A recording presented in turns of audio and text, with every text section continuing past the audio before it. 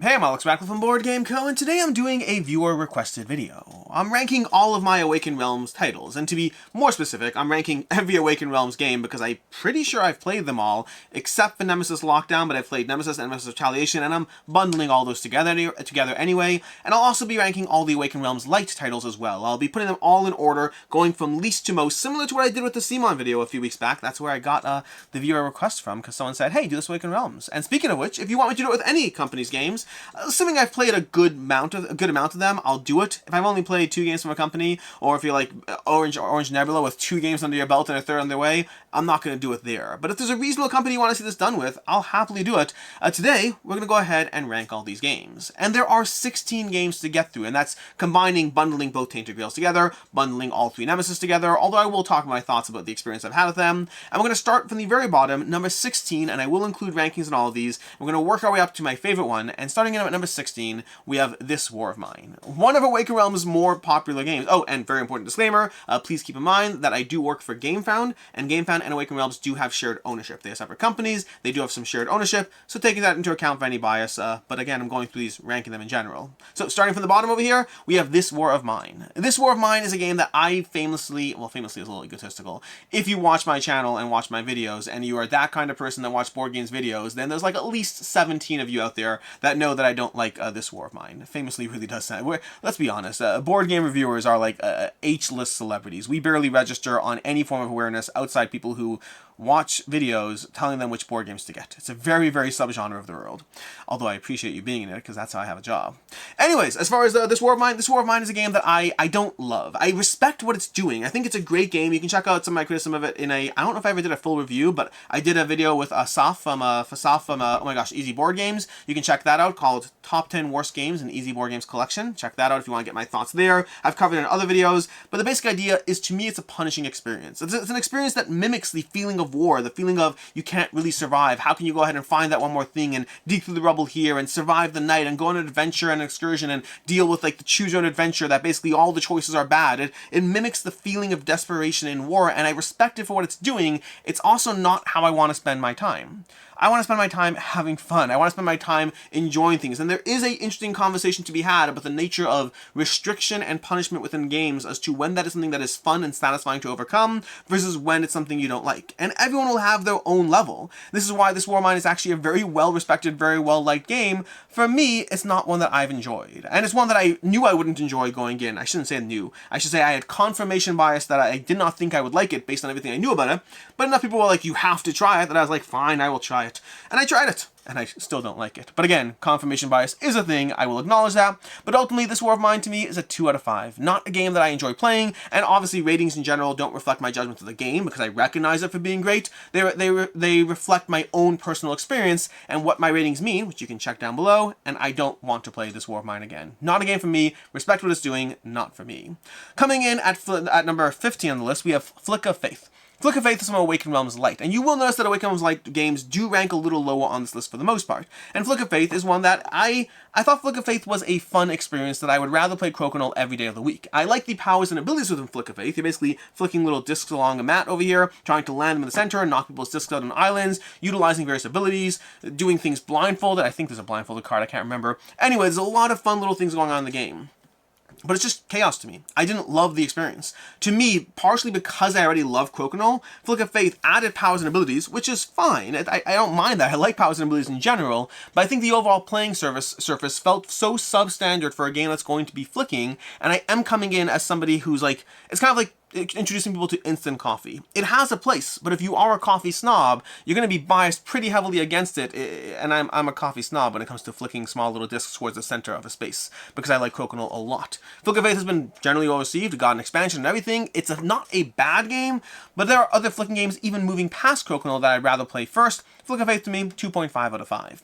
Then we have Knockdown. Knockdown is actually a series of 3 games that's going to be a little duel game. It's a little lane dueling game where you're trying to play cards and get ahead of your opponent and close the distance and kick and then uppercut and use your abilities and play on separate maps. A fun little back and forth game. There's games like it, like Flash Duel is one. There's the fantasy princess one from, oh my gosh, I can't remember the name of the company. The people who did the Dimension Games has one, the Twisted Fables. There's a lot of these little lane battlers. And Knockdown does have some interesting things going on. It has fun characters, it's very accessible. I really like the stacking queue mechanism. When you get knocked down, you have to rapidly stack queues, and each time you get back up, you have to stack more next time, making it harder and more punishing. I really like that, and the mix of dexterity and strategy is not something I normally would like as much, but I did like it in Knockdown. But ultimately, Knockdown was just a fine experience. To me, it's a 3 out of 5. It's a game that I definitely enjoyed. I had fun with it. I like the variety of it, but it's not one that's memorable in that sense. It's one that has its fun little moments. Not a bad game. That's Knockdown. Next up, we have an Awaken Realms title. We have The Edge Dawnfall, which is actually, I think, the very first Awaken Realms game I've ever played. I don't remember. I think I traded for it originally. I think I had a $1 pledge. I think, if I recall correctly, I traded for The Edge Dawnfall when they had the reprint campaign going. This is way back. This is early Awaken Realms games days. And at the time, I specifically made a point of trying to get a tabled and played while having a $1 pledge on The Edge Dawnfall reprint. And ultimately, I kind of decided that as much as I did kind of like The Edge Dawnfall, it didn't really stick with me. The more I played it, the more I was like, you know what? I don't know how much I love or don't love skirmish games. You see, The Edge Dawnfall is basically, well, I mean, it's The Edge Dawnfall. It's a skirmish game. You can be taking control of various factions. I think there's a campaign mode. I never played it that way. And you're going to have different factions. You're placing units on the board and then trying to kill each other.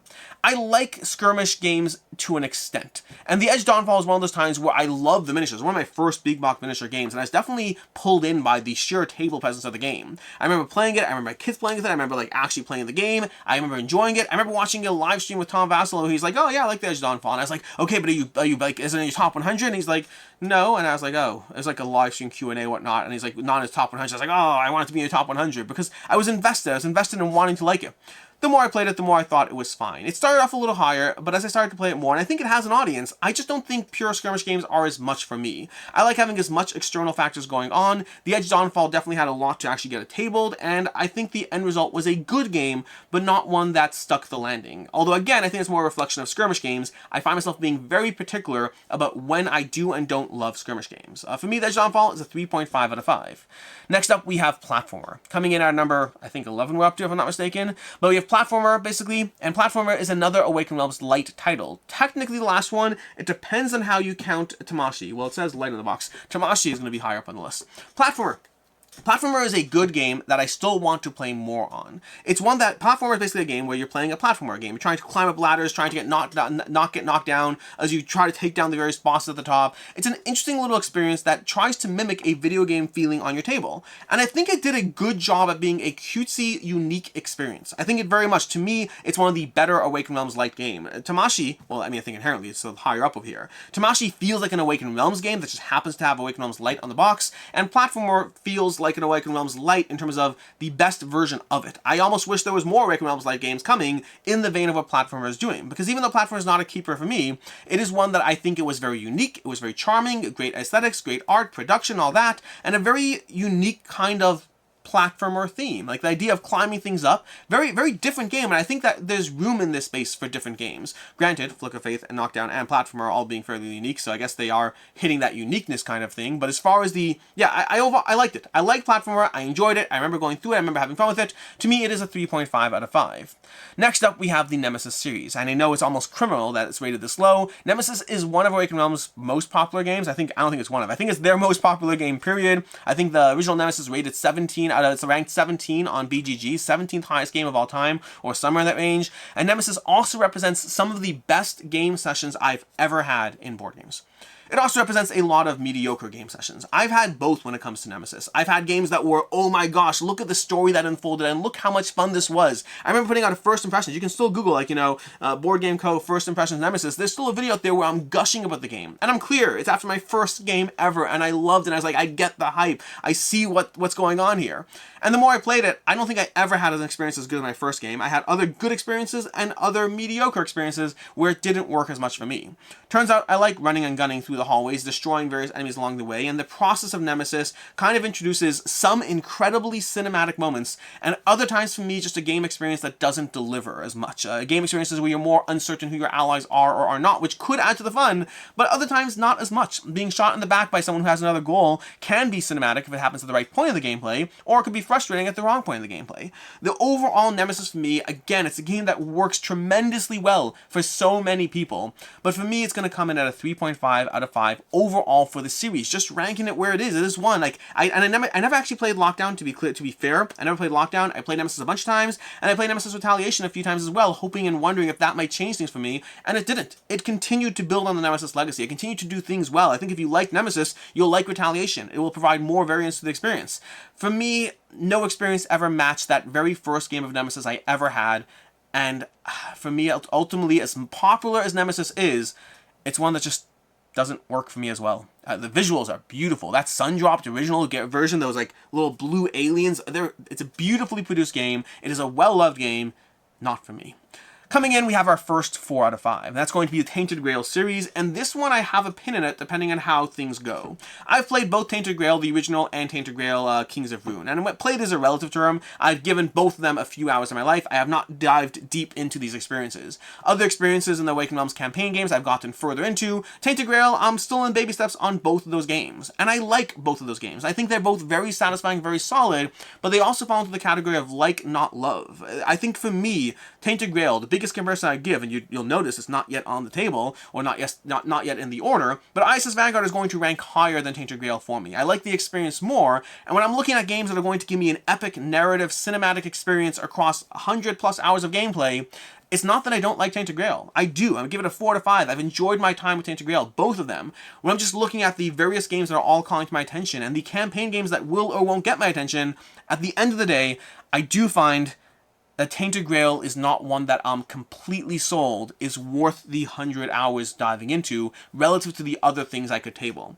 Again, it is one of the more popular games. It's very well liked. I think for me, I prefer the original story of Tainted Grail. Like, to me, like, I kind of starting off from scratch. I almost wish I would play Tainted Grail. Kings of Ruin is still one I'm hoping to dive into, by the way. I'm still hoping to actually play it a bit more. I played through the prototype. I like the game. The system they have in play, as far as the mechanics, as far as the combat or the negotiation, diplomacy, and all that, while you go dive into a narratively deep world and all the choose and adventure that entails, it has a lot of really solid moments. I think it's a very strong game. If you like games like Seventh Continent, like ISS Vanguard, like, well, I mean, Tainted Grail, or Etherfields, any of these other kind of big box narrative experiences, I think Tainted Grail is very solid.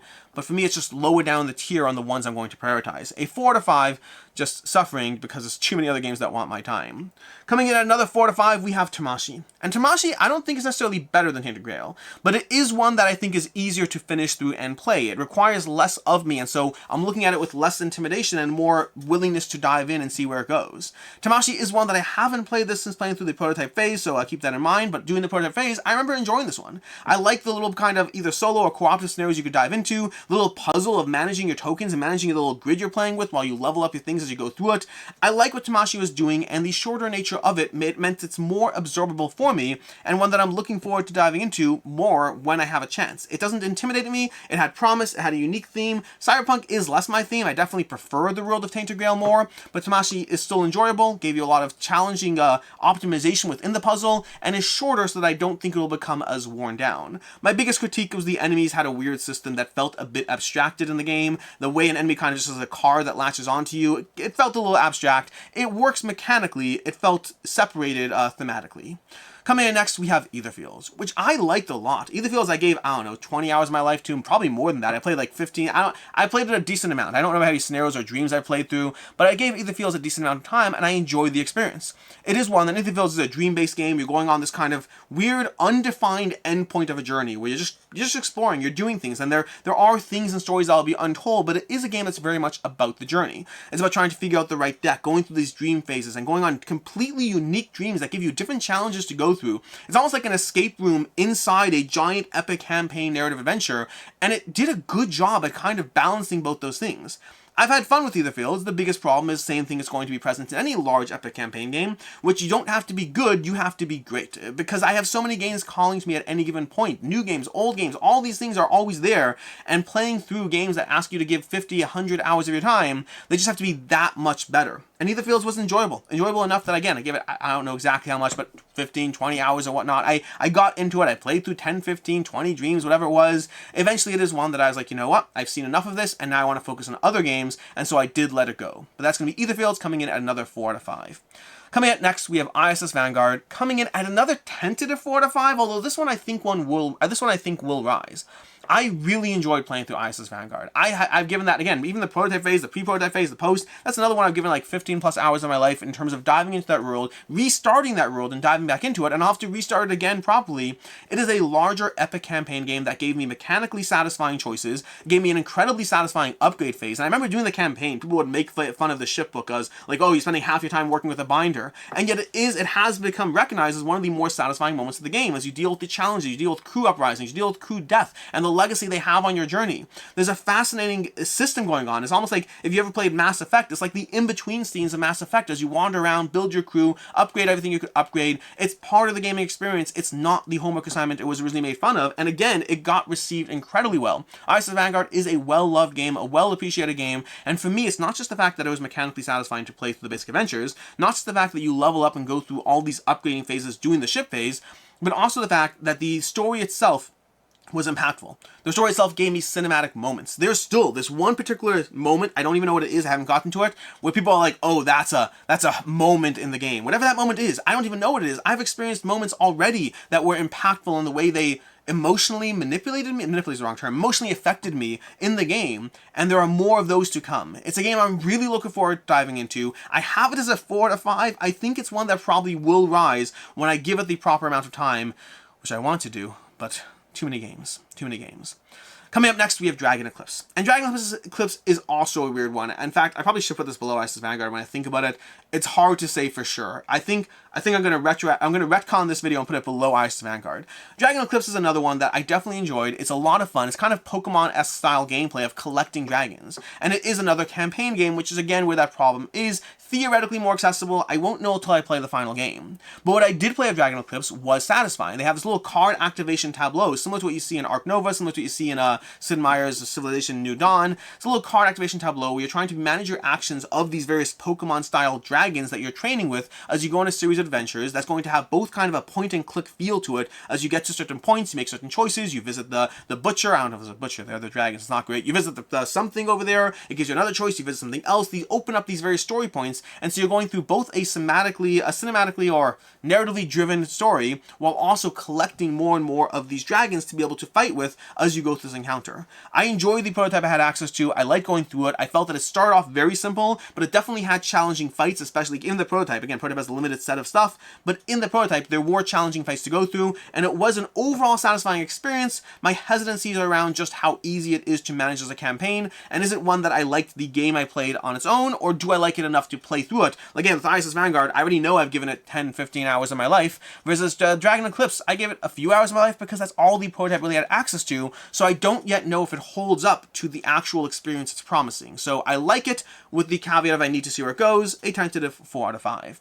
Next up, we have Lords of Hellas, which is where our rankings jump to 4.5s out of 5s. Lords of Hellas is an excellent game, and I do have a conflict, because next up we have Lords of Hellas, then Lords of Ragnarok on top of it, both with caveats around how those are ranked, because I need to play them both more. The reality is, when I back those games, or I back Lords of Ragnarok, that was at a point in time when my group was playing more area control games, and we just play them a lot less. Even our favorites, Kemet, Rurik, DEI, all these area control games do get tabled less nowadays than they used to, and so that definitely has affected a bit of a shift in the games that get tabled. So both Lords of Hellas and Lords of Ragnarok, which were the kinds of games that back then got tabled a lot, haven't been tabled either of those games in, well, I haven't tabled Lords of Ragnarok since I got it, and I haven't tabled Lords of Hellas since, I don't know, a while, since the campaign probably. But both those games, Lords of Hellas itself was a great game when I first dove into it. I remember really enjoying it and seeing why people liked the game so much. The 3 pathways you had of trying to control either groups and groupings of lands, of temples, or killing monsters in the game gave you an interesting challenge as how to pursue it. When Lords of Ragnarok came out, I remember Lords of Hellas. So Lords of Hellas overall very much enjoyed that. 4.5 out of 5. I've had a lot of fun playing that with my group. Very dynamic gameplay, very rewarding gameplay, and a lot of area control combined with, well, everything else to be able to drive you towards just variable pathways and variable responses to how the players are trying to win the game. Overall, very satisfying game. Lords of Ragnarok came, and at first I did not like it as much as Lords of Hellas. Lords of Ragnarok, I only played the prototype, but I played it multiple times and proceeded to like it more and more as I went through it. The tricky part with Lords of Ragnarok is it falls into a weird spot where it feels a bit more adjacent to a game, let's say like Blood Rage, whereas Lords of Hellas felt a bit more distinct in terms of the slightly more quest approach to the way it handled it. Lords of Ragnarok's a bit more of a bloodbath. Lords of Hellas has the area split up a bit more that make it a bit more interesting, which puts it in a weird space for me. But Lords of Ragnarok is one that I did over multiple plays. I found that I really enjoyed what Lords of Lords of Ragnarok was doing. It was building off what Lords of Hellas did, but with more of a combat focus, which again puts it in a weird space where I like it more than Lords of Hellas, but the thing I always expressed is Lords of Hellas feels more distinct and more different. It's a little bit weird. I still, to this day, have not decided which one ranks higher for me, although theme-wise, I don't know if I have a preference. They both are beautifully produced, both look amazing. Yeah, I don't know if I have a preference for theme. Ultimately, the gameplay is going to decide which one ultimately stays. I do not have space for both in my collection. I don't need. It's the kind of game where I'm playing those types of games less nowadays. I might just have to honestly just get both of them tabled and then commit, because that might be the only way to decide. Or if I don't get them tabled, just pick one and commit. But Lords of Hellas and Lords of Ragnarok, both 4.5 out of 5s. Coming up next, we have Stalker the board game, which surprised me immensely. Stalker the board game was one I was not expecting to like. We talk about theme a bit throughout this video. Stalker the board game, easily my least favorite theme from probably nearly all the games, nearly all. Flick of Faith was a little too cartoony and whatever, but from all the themes we've got today, Stalker just didn't pull me in. Post-apocalyptic, radiation, you know, shooting game. I never played the video game, or at least I don't think I played the video game. I may have, I don't remember. But Stalker is one that I just didn't particularly care for it when it was announced. They announced a bunch of games at once, and I was like, these all sound great, except for Stalker, which sounds tolerably okay. Like, I mean, I'll try it. It's an Awaken Realms game, but past that, I just wasn't looking forward to it.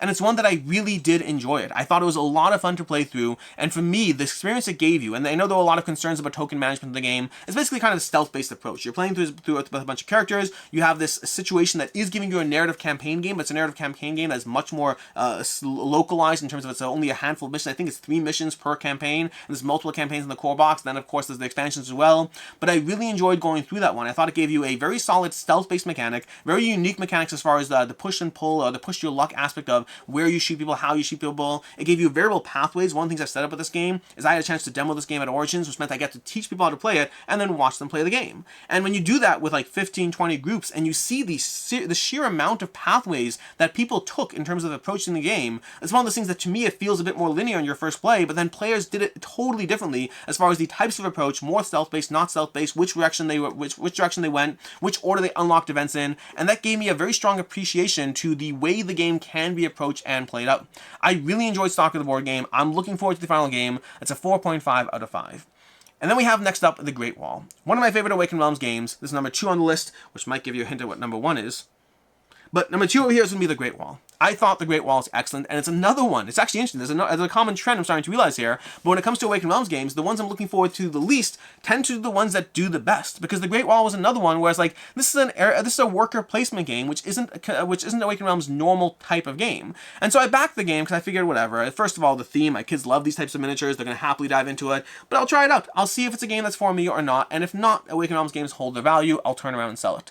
And The Great Wall is one of the best ones that they have. It's not perfect. There are elements of it that still feel a bit more fiddly than I would like. I almost wish there was a Great Wall 2.0 at some point that really took the core things that work great and kind of took out the extra stuff, because to me the game does have elements or aspects of it that I don't think enhance the gameplay, but forgetting those elements and the fact that to me they don't add to it, the core gameplay of The Great Wall is so satisfying in terms of the combination of generals and advisors that give you a ton of variable ways to build out your armies, to build out your approach, to build out your forces, while you take down these hordes of enemies attacking the wall. It's an incredible experience. I personally prefer to play it with the Black Powder expansion. That's my preferred way to play the game. But The Great Wall, every single time I table it, it is an incredibly satisfying game. It is one of my favorite Awaken Realms titles, which is always funny to me because I think it's one of their least popular games, if not their least popular. Like if you're counting like Awaken Realms and not Awaken Realms Light, I think The Great Wall is their least popular game, so for me it's one of my favorites. Which leaves number 1, which is almost unfair and I feel a little bit bad about, because technically this is not originally an Awaken Realms title, but we have the Castles of Burgundy Special Edition over here. It's a little unfair. The Castles of Burgundy has always been one of my favorite games, and so it's a little unfair that my favorite Awaken Realms title is arguably not theirs. Oh, and The Great Wall's a 4.5. I don't know if I said that. This is an easy 5 out of 5. It is one of my favorite games of all time, and this version is incredible to play with. Now, I don't think you always need to play with the extra miniature pack. I do have it, and I do like pulling it out here and there, but I find the acrylic tiles are so beautiful and easier to table that I usually say 3 out of 4 games are usually played with the acrylic tile set instead. But the Castles of Burgundy, it's been around for a long time. It's been through multiple editions. It's gotten reprinted recently, a reprint campaign, so people get their hands in it who missed the first campaign. This is, Stefan Feld in general is an amazing designer. I like most of his games, and this to me is my favorite from his games. That I've played this game easily over 100 times. I love it. I think it's phenomenal. That's going to be the Castles of Burgundy Special Edition, my number 1 Awaken Realms title. And that's my Awaken Realms ranking. 16 different games to go with, some of them bundled. Again, the Tainted Grail's being bundled, the Nemesis games being bundled, but I think I've played them all otherwise. And overall, they have a lot of games. One thing that's interesting that I noticed comparing this to the CMON ranking is the CMON list almost started off lower and took a little while to get to the mid-range, but then it got a whole bunch of 5 out of 5s at the very top. I thought it was interesting that Awaken Realms kind of hit the mid-range a lot faster, but for me personally, there's only one 5 out of 5, a bunch of 4.5s out of 5s, overall a bunch of games that still work for me, but not necessarily hitting the same highs. In any case, until next time, I'm Alex Radical from Board Game Co. I hope you enjoyed this video, and as always, I hope you have a good one.